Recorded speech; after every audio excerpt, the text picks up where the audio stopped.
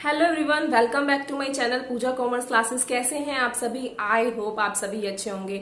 बच्चों, हमारा चल रहा था चैप्टर गवर्नमेंट बजट। हमने इसके ऊपर पहले भी वीडियो बनाया है और आपको बिल्कुल डिटेल में समझाया था कि बजट क्या होता है, कैसे प्रिपेयर करा जाता है, कौन प्रिपेयर करता है, क्या क्या इसमें होता है, कैसे कैसे हम प्लानिंग करते हैं अपने फाइनेंशियल ईयर की, कैसे कैसे हम बजट बनाते हैं। और इस बार 2020 में हमारा क्या बजट बना था, थोड़ा बहुत हाईलाइट मैंने आपको बताया था लास्ट वीडियोस में। अगर आपने अभी तक वीडियो वॉच नहीं करी है तो आई बटन पे लिंक आपको मिल जाएगा, आप वीडियो देख सकते हैं। तो स्टार्ट करते हैं अपना आज का वीडियो। एक बार फिर से हम आपको रिमाइंड करा देते हैं कि बजट होता क्या है एंड देन बढ़ते हैं अपने आगे टॉपिक पे। ओके बच्चों, फिर से जानते हैं बजट होता क्या है, जिससे कि आपको याद आ जाए सब कुछ। बजट होता है आपकी एक फाइनेंशियल स्टेटमेंट होती है, जिसमें क्या होता है, हम ये देखते हैं कि हमारे कितने खर्चे होने वाले हैं और कितनी हमें रिसीव होने वाली है। मतलब एक तरह से आपको क्या रिसीव्ड होगी और कहाँ पे आप खर्च करोगे। ऐसे ही क्या होता है, गवर्नमेंट का बजट होता है। Government budget is the statement of the estimated of the government received and government expenditure for the coming fiscal year।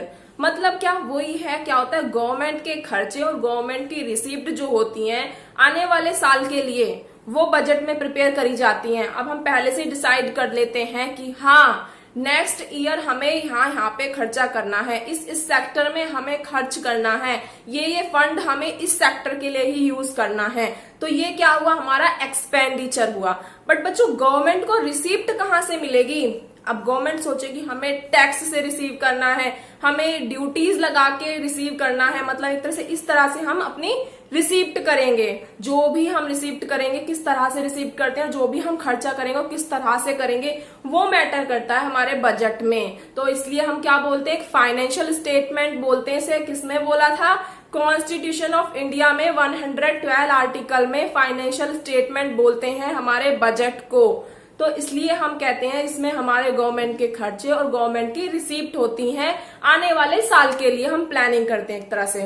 बच्चों, ये एस्टिमेट होता है और ये आपका फिक्स नहीं है, एक्चुअल नहीं होता है। आप एस्टिमेट कर रहे हैं, बजट आपका ज्यादा और कम भी हो सकता है। ऐसा जरूरी नहीं है कि आपके पापा ने आज प्लानिंग करी बच्चों नेक्स्ट मंथ हमारा 60,000 का ही खर्चा होगा, बट ऐसा जरूरी कोई है कि 60,000 का ही होगा। अगर आपका कुछ अच्छा खाने का मन करा तो आप ज्यादा बजट कर देंगे, 70,000 का आ जाएगा। डेली आप बाहर जा रहे हैं, रेस्टोरेंट में खाना खा रहे हैं, तो उसका भी तो पैसा लगेगा, तो वो भी तो बजट में इन्वॉल्व हो जाएगा। तो इसलिए 60,000 उनका तो बनाया हुआ ऐसे ही रह गया, आपने 70,000 का खर्चा ला दिया। तो ये आपका एक्चुअल नहीं होता है, इसे आप एस्टिमेट करके चलते हैं अपने फ्यूचर के लिए। आई होप आपको ये क्लियर हुआ होगा गवर्नमेंट बजट होता क्या है। आगे पढ़ते हैं अपने objective of government budget. Government budget के ऑब्जेक्टिव क्या हैं हमारे, क्यों हम गवर्नमेंट बजट बनाते हैं? सबसे पहला है आपका reallocation of resources. Reallocation of resources क्या होता है मैम? रीएलोकेशन ऑफ रिसोर्सेज का मतलब होता है कि जो हमारी गवर्नमेंट है वो रिसोर्सेज को इस तरह से एलोकेट करके चलती है जिससे क्या हो, सोशल वेलफेयर हो और गवर्नमेंट का भी प्रॉफिट हो। वो कैसे हो सकता है मैम? जैसे बच्चों देखो, टमाटो है, टमाटो के प्राइस जो है वो हाई रहते हैं, ज्यादातर हाई ही रहते हैं, कभी कभी कम होते हैं। वो हाई रहने के कारण ये है क्योंकि टमाटो जो है वो हमारी हेल्थ के लिए अच्छा नहीं होता है। तो इससे क्या है कि जब हम प्राइस हाई कर देंगे तो कुछ पर्सन उसको लेना बंद कर देंगे। मतलब एक तरह से वो छोड़ देंगे, सोचेंगे चलो रेट हाई है, हम बिना टमाटो के अपनी सब्जी बना लेंगे, पर वो खाएंगे नहीं। बट इससे क्या होगा, गवर्नमेंट क्या कर रही है, एक तरह से सोशल वेलफेयर कर रही है। वो उसको खाएंगे नहीं तो क्या होगा, उनकी हेल्थ के लिए ठीक है ये, बट हाई प्राइस पे दे रही है, जो उसको ले रहा है उससे क्या होगा, उससे गवर्नमेंट का प्रॉफिट होगा।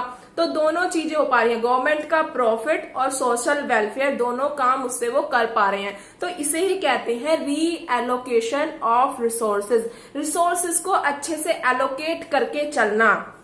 नेक्स्ट देखिए बच्चों, redistribution of income and wealth. अब रीडिस्ट्रीब्यूशन कैसे होता है इनकम और वेल्थ का? वो होता है कि बच्चों हमारी गवर्नमेंट जो है वो ट्राई करती है जो इनइक्वालिटी आ रही है हमारी इकोनॉमी में उसको रिमूव कर सके। अब वो क्या करेगी उसके लिए? वो क्या करती है, जो हाई रेट ऑफ इनकम होगी उस पे हाई रेट ऑफ टैक्स लगाएगी। और जो टैक्स का पैसा मिलेगा, मान लीजिए किसी की 20 लाख इनकम है तो उस पर टैक्स लगाएगी, जो उससे टैक्स मिलेगा उस पैसे को वो जो पुअर सेक्टर है, जो गरीब इंसान हैं, उनके ऊपर खर्च करेगी, उन्हें फैसिलिटीज देगी, सब्सिडीज देगी, स्कूल बच्चों को स्कूल प्रोवाइड कराएगी, फ्री एजुकेशन देगी। तो गवर्नमेंट क्या करती है, एक सेक्टर से पैसा उठा के दूसरे सेक्टर में लगा देती है, जिससे क्या होगा, जो पुअर पीपल हैं वो भी ऊपर उठ सकें, वो भी अपने बेसिक लाइफ जो है अच्छे से जी सकें। अब अगर हम ऐसा नहीं करेंगे, अगर हम हाई रेट ऑफ इनकम पे हाई रेट ऑफ टैक्स नहीं लगाएंगे, मतलब जिसकी ज्यादा इनकम है उस पे हम ज्यादा टैक्स नहीं लगाएंगे, तो क्या होगा, जो रिच है वो रिच बनता चला जाएगा और जो पुअर है वो पुअर ही रह जाएगा। अब मान लीजिए कि जो 1000 कमा रहा है उससे भी हम 10% ही टैक्स लें, और जो 1 लाख कमा रहा है उससे भी 10% लें, बट जो ज्यादा कमा रहा है उसको तो दान लगेगा, 10% दे देगा, बट जो 1000 कमा रहा है वो 10% देगा। कैसे देगा, वो उसको बहुत दुख होगा, क्योंकि उसकी इनकम नहीं है इतनी, वो अपना घर कैसे चलाएगा अगर वो टैक्स में इतना पैसा दे देगा। तो इसलिए हमारी गवर्नमेंट क्या करती है, जितनी हाई इनकम होगी उस पर उतना ही ज्यादा टैक्स लगाती है और उस टैक्स को कलेक्ट करके पुअर सेक्टर में वो फैसिलिटीज देती है, सब्सिडीज देती है। आई होप बिल्कुल क्लियर हुआ होगा ये टॉपिक। नेक्स्ट देखते हैं बच्चों, इकोनॉमिक स्टेबिलिटी। अब बच्चों क्या होता है, इकोनॉमिक स्टेबिलिटी होनी चाहिए।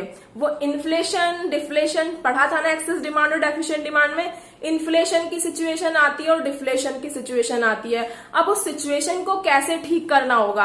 अब बच्चों जब इन्फ्लेशन आएगा मतलब एक्सेस डिमांड हो जाएगी आपकी, तो उस टाइम पे गवर्नमेंट क्या करेगी, मतलब हमारा आरबीआई हुआ, गवर्नमेंट क्या करेंगे, वो मनी की सप्लाई को कम कर देंगे मार्केट में। अब जब मनी की सप्लाई कम हो जाएगी तो डिमांड भी कम होगी और जो इन्फ्लेशन की सिचुएशन आ रही है वो हमारी रिमूव हो जाएगी।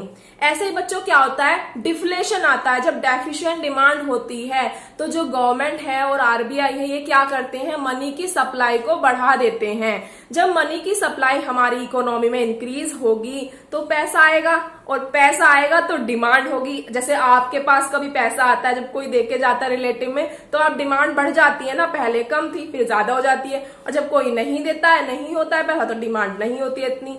तो यही चीज है, जब हमें इकोनॉमी में पैसा देना है, डिमांड को बढ़ाना है, एक्सेस डिमांड करनी है, मतलब डेफिशिएंट डिमांड को ठीक करना है, तो हम क्या करते हैं, मनी का फ्लो अपनी मार्केट में बढ़ा देते हैं। बट जब हमें जो इन्फ्लेशन आ रहा है उसे कम करना है, जो हमारी एक्सेस डिमांड हो रही है उसे कम करना है, तो हम क्या करते हैं, जो मार्केट में मनी की सप्लाई है उसको कम कर देते हैं।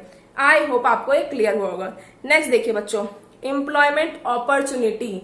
जो गवर्नमेंट है, गवर्नमेंट का ऑब्जेक्टिव ये होता है, जो गवर्नमेंट खर्चा करती है, एक्सपेंडिचर करने का एक मेन ऑब्जेक्टिव ये है कि अगर वो खर्चा करेगी, मान लीजिए गवर्नमेंट को कोई ब्रिज बनाना है, कोई डैम्स बनाना है, कुछ भी बनाना है, अब वो वहां पे खर्चा करेगी। अब खर्चा करने के लिए ऐसा तो नहीं है गवर्नमेंट खुद ही वहां पे खुदाई करने लग जाएगी या खुद ही काम करने लग जाएगी, नहीं, उसके लिए क्या चाहिए, लेबर चाहिए। अब जब लेबर चाहिए तो लेबर को एम्प्लॉयमेंट मिलेगा ना।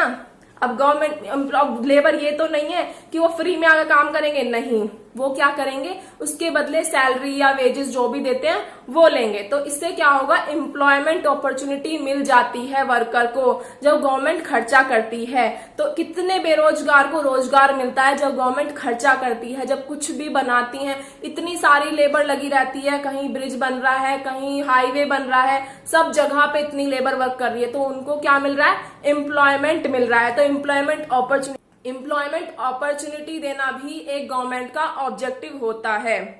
नेक्स्ट देखिए बच्चों, balance regional growth.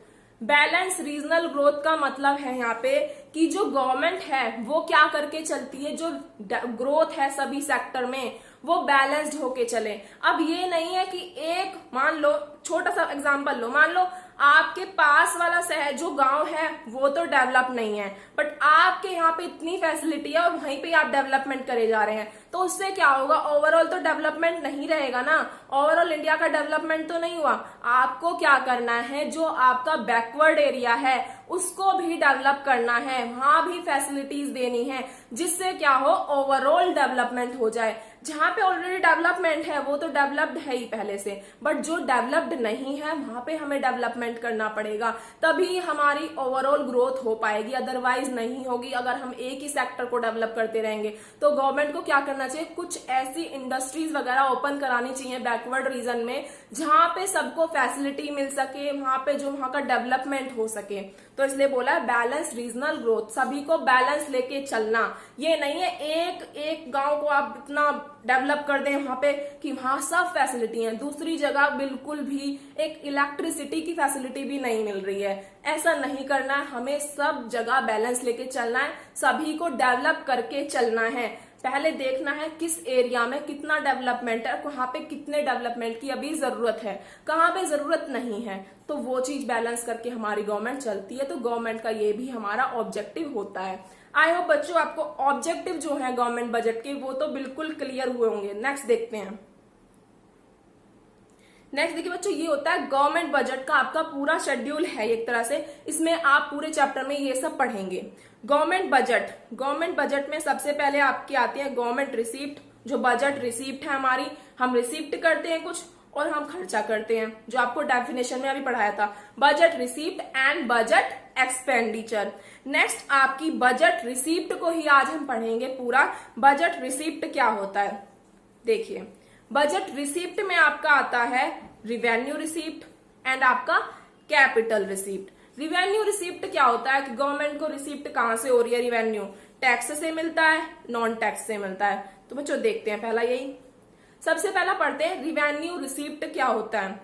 The receipt do not create any liability और cause any reduction of assets of the government. क्या होता है बच्चों, रिवेन्यू रिसीप्ट आपकी वो रिसीप्ट होती है जिससे ना तो गवर्नमेंट की कोई लायबिलिटी क्रिएट होती है और ना ही गवर्नमेंट का कोई असेट्स रिड्यूस होता है।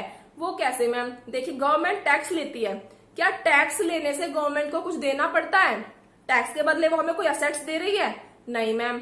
या उनके ऊपर कोई लायबिलिटी क्रिएट हो रही है टैक्स से, नहीं। क्या उन्हें बाद में पे करना पड़ेगा टैक्स, नहीं। तो इसलिए ही कहा जाता है रिवेन्यू रिसीप्ट क्या, तो इसलिए ही कहा जाता है कि जो रिवेन्यू रिसीप्ट है वो क्या होती है, जहां पे हमारी गवर्नमेंट की ना तो कोई लायबिलिटी क्रिएट होती है और ना ही कोई असेट्स रिड्यूस होता है, क्योंकि गवर्नमेंट को टैक्स के बदले कुछ भी नहीं देना है, वो ना ही उस फ्यूचर में कोई पेमेंट करनी है, ना ही कोई असेट्स देना है। तो इसलिए ना ही लायबिलिटी क्रिएट होगी और ना ही उसका असेट्स रिड्यूस होगा। तो बच्चों रिवेन्यू रिसीप्ट में आपकी आती है टैक्स रिसीप्ट और नॉन टैक्स रिसीप्ट। अब पढ़ते हैं टैक्स रिसीप्ट और नॉन टैक्स रिसीप्ट कौन सी होती हैं। सबसे पहला आती है आपकी टैक्स रिसीप्ट। टैक्स रिसीप्ट क्या होती हैं, देखिए tax receipt sum of the total receipt from the taxes and other duty imposed by government. Tax receipt आपकी वो रिसीप्ट होती हैं जो भी आप टोटल टैक्स से रिसीव करते हैं, जो भी टैक्स आपने लगा रखे हैं उसका सम, टोटल आप जो भी कलेक्शन टैक्स से कर रहे हैं वही आपका क्या कहलाएगा, टैक्स रिसीप्ट कहलाएगा। एंड बच्चों एक नोट भी देख लीजिए, टैक्स जो होता है वो आपका एक कंपलसरी पेमेंट होती है जो आपको करनी ही पड़ेगी। इसमें ये नहीं है कि हम नहीं देंगे वो नहीं देंगे, टैक्स अगर लगाया हुआ है तो वो आपको पे करना पड़ेगा, क्योंकि आपको गवर्नमेंट ने बोला है, वो लीगली बाउंड है आपके ऊपर, तो आपको टैक्स देना ही पड़ेगा। नेक्स्ट देखिए टैक्स रिसीप्ट हमें समझ में आ गया। अब देखते हैं टैक्स रिसीप्ट के अंदर क्या क्या आता है। देखिए बच्चों टैक्स रिसीप्ट में आपके कुछ ये 6 हैं, तो ये देख सकते हैं हम कौन कौन सी रिसीप्ट होती हैं। सबसे पहले आता है बच्चों प्रोग्रेसिव टैक्स। प्रोग्रेसिव टैक्स मैंने आपको लास्ट वीडियो में समझाया था कि इस बार जो हमारा टैक्स रेट है वो इस तरह से प्लान किया है इनकम पे, जिससे कि उसे हम क्या बोल सकते हैं, प्रोग्रेसिव टैक्स। क्योंकि जितनी इनकम हाई होगी उतना ही टैक्स बढ़ता जाएगा, तो उसको हम क्या कहते हैं, प्रोग्रेसिव टैक्स। जैसे 5 लाख की इनकम पे कोई टैक्स नहीं है, बट 5 लाख की इनकम से 7.5 लाख की इनकम होगी तो आपको 10% टैक्स देना पड़ेगा। अब इससे ज्यादा बढ़ेगी तो 15% देना पड़ेगा। तो आपका टैक्स रेट जो है वो बढ़ता चला जाएगा आपकी इनकम के बढ़ने से, तो उसको हम क्या बोलते हैं, प्रोग्रेसिव टैक्स। नेक्स्ट देखिए बच्चों, नेक्स्ट आता है आपका रिग्रेसिव टैक्स।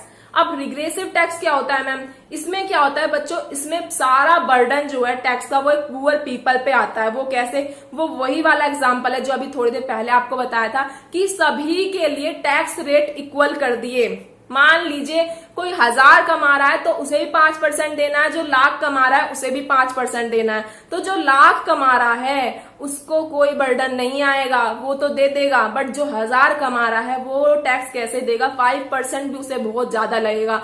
तो उसका बर्डन किस पे आ रहा है? पूरा बर्डन हमारा आ रहा है पुअर पीपल पे, उसको हम बोलते हैं रिग्रेसिव टैक्स।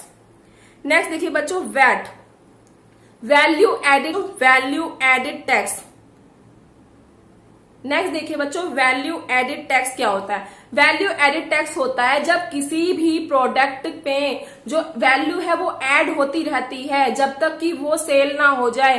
तो उस पे क्या है, एक तरह से हम टैक्स पे करते हैं, हमें पता नहीं है बट हम टैक्स पे कर रहे हैं। वो कैसे? मान लीजिए एक पेन का मैन्युफैक्चर करा हमने, प्रोडक्शन के टाइम पे उसकी कॉस्ट जो है वो 5 रुपीज है। जब वो हमारा जब सप्लाई हुआ तो उसकी कॉस्ट कितनी हो गई? उसमें ऐड होके 6 हो गई। अब वो शॉपकीपर के पास पहुंचा तो उसकी कॉस्ट 8 हो गई। अब उसने कॉस्ट बढ़ा दी उस पर कि वो अपना टैक्स लेगा एक तरह से। नॉर्मली अब शॉपकीपर ने कस्टमर को दिया तो वो 10 रुपीज में दिया, तो उसमें क्या हुआ? सारी वैल्यू ऐड हुई है, एक तरह से टैक्स ऐड हो रहा है सब चीजों का, तो वो क्या कहलाएगा? वैल्यू एडेड टैक्स कहलाएगा।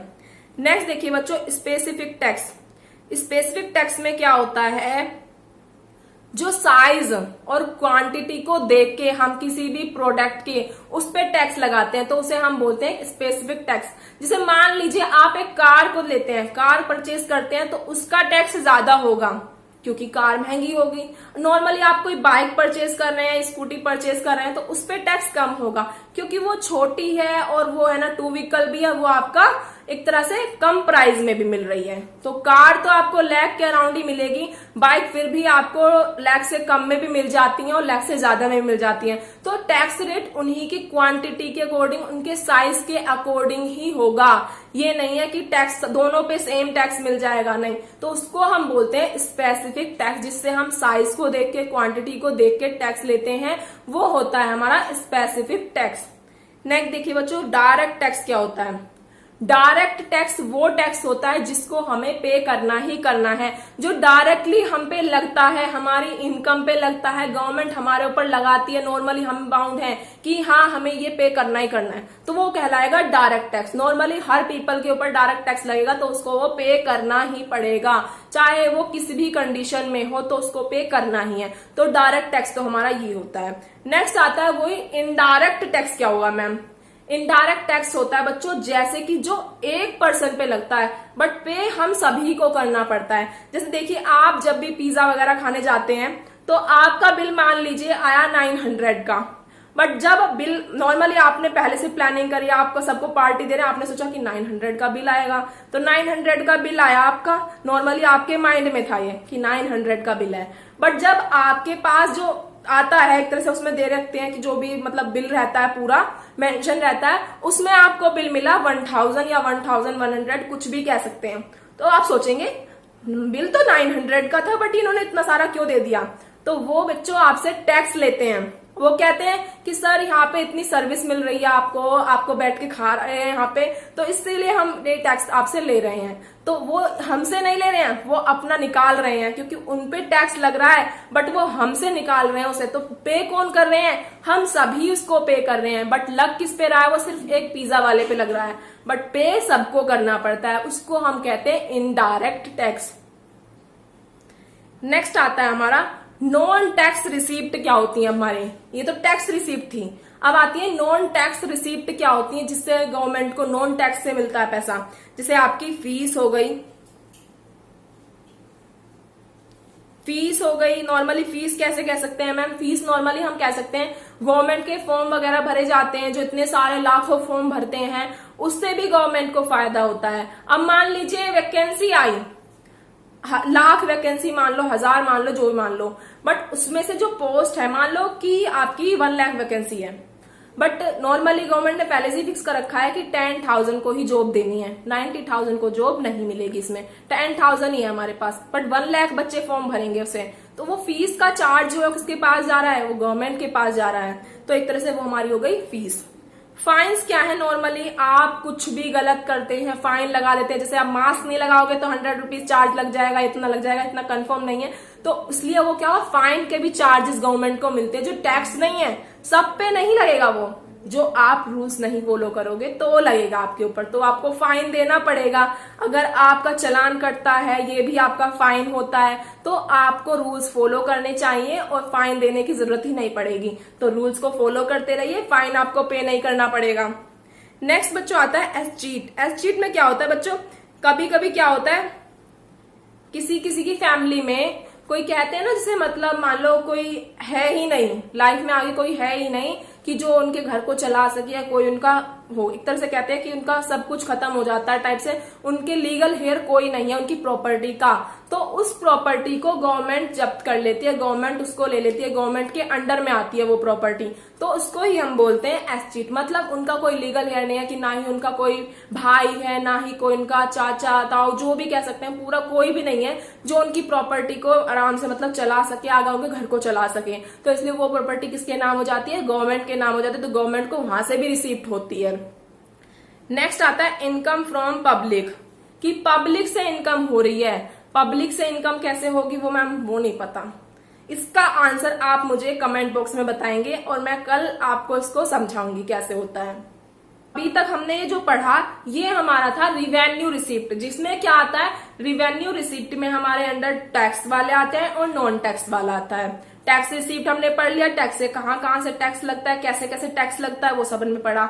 और दूसरा हमने पढ़ा नॉन टैक्स रिसीप्ट में क्या होता है, और नॉन टैक्स में एक पॉइंट आपका होमवर्क है जो आपको मुझे बताना पड़ेगा, नेक्स्ट कल मैं आपको समझा दूंगी। नेक्स्ट हमारा अब आता है कैपिटल रिसीप्ट क्या होती है। कैपिटल रिसीप्ट समझते हैं।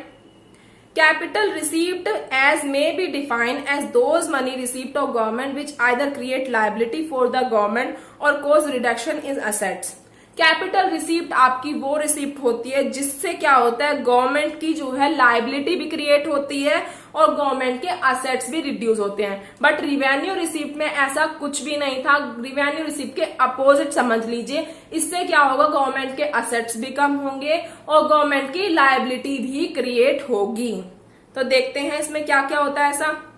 नॉर्मली बच्चों देखो, सबसे पहला इसके अंदर आ जाता है आपका रिकवरी ऑफ लोन।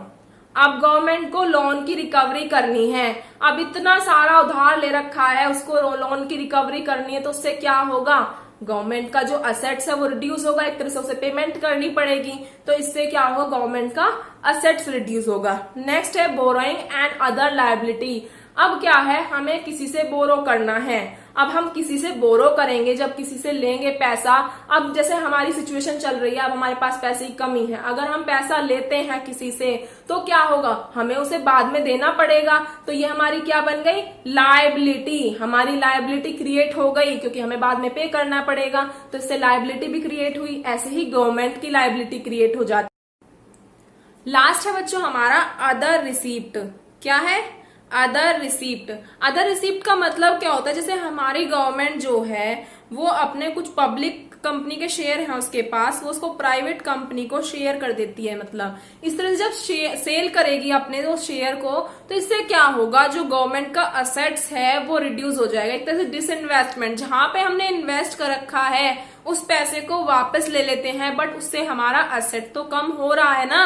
पहले हमारे पास वो प्रॉपर्टी थी, अब वो हमारी नहीं है, बेशक हमारे पास उसकी रिसीप्ट आ जाए, बट इससे क्या होगा, हमारा असेट्स जो है वो रिड्यूस हो जाएगा। तो इन सब को हम कहते हैं अपनी कैपिटल रिसीप्ट। आई होप बच्चों आपको लेक्चर क्लियर हुआ होगा। अगर आपका कोई भी डाउट है तो आप मुझसे कमेंट बॉक्स में पूछ सकते हैं। एंड जो आपको आज होमवर्क दिया है उसको आज सभी करेंगे और कमेंट बॉक्स में आंसर देंगे। Thank you so much.